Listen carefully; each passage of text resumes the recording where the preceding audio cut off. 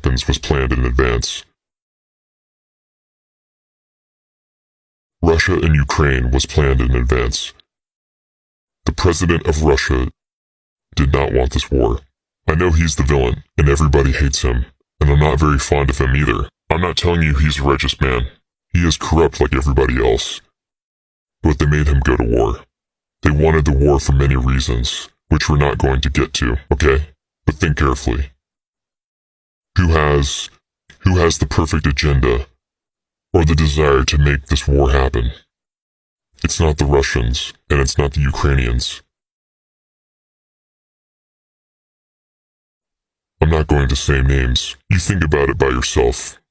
Who has most to gain? Same thing with September 11. Who had the most gain out of September 11?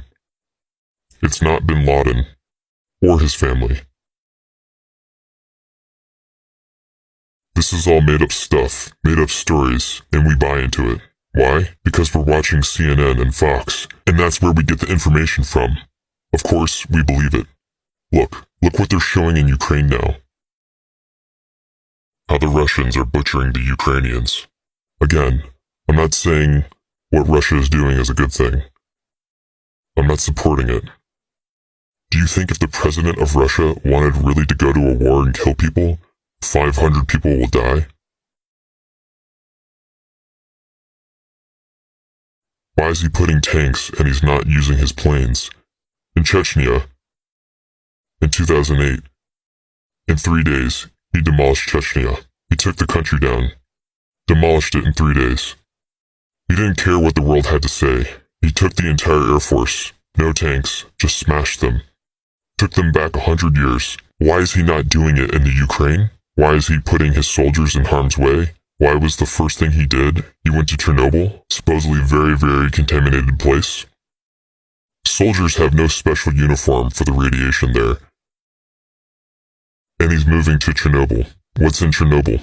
It's supposed to be the nuclear there is deadly, right? Think about the facts that you see. What about the lies that the US government said? We do not have bioweapon laboratories in Ukraine. What you see on TV, it's a show. That's not real. Again, I'm not supporting Russia or the president of Russia.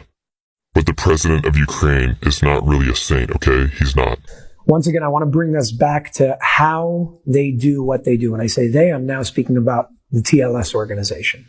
How do you stop these things? It's great to say we're stopping it. Is it physical? You said many times it's spiritually oriented. How do you stop an induced natural disaster? Better yet, how did you stop what was supposed to hit New York and Boston? I'll answer you in a different way. Most of the methods that we at TLS are using is spiritual. 10% is physical. Obviously, you need physical with the spiritual. I'll give you another example. An explosion of lava. How do you stop that? You use spiritual methods that I cannot discuss here to... You are able to stop it if you know in advance that it's about to happen. Can you stop the explosion of the mountain? Yes. Even if it's a natural occurrence, you could stop it. How? Let's assume you're going to join me on a mission, and you're going to watch me from the side of what I am doing, or the team is doing. To you, it's going to be perceived as prayer. To you, it's going to be perceived as energy work. But most likely as a prayer. It's not. It just looks like that.